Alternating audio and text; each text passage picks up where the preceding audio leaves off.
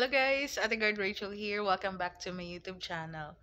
So share ko lang, kanina nag-medical kami. Ganoon naman 'di ba sabi ko nga, bagong taon.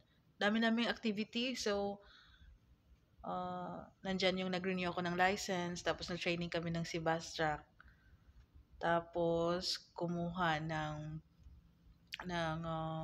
NTC kasi renew kasi bagong taon. Tapos yun, nag-medical kami. Tapos susunod naman, magpa-firing, mag-seminar, mga ganun. So,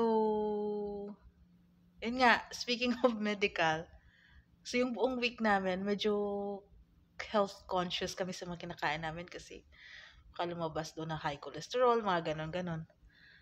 Pero, yun nga, yung mga 5-9, pinanindigan na nila yung healthy diet ba. Tingnan natin. Kasi yung isa, yung baon niya, wala lang. Ayan guys, oh. Dahon ng kamote, may kamatis. Sana all, di ba? Kung saan tapos na yung medical, doon na nag-ano eh. Yung isa naman, gagawa ng si Sir Carl. Katuray. Ito yung sasabi ko guys na katuray. Diyan sa mga previous na video ko. Ang bango. O diba, sana all. So pinanindigan na talaga nila, no?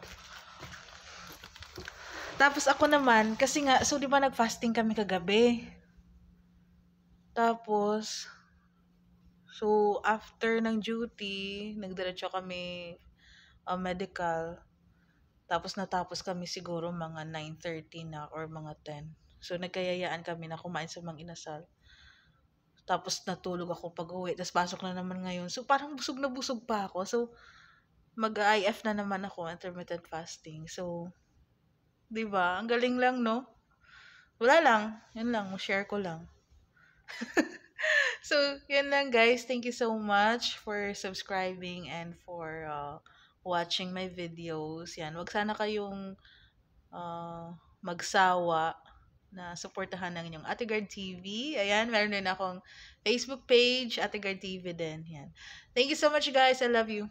Ingat tayo sa duty. Bye.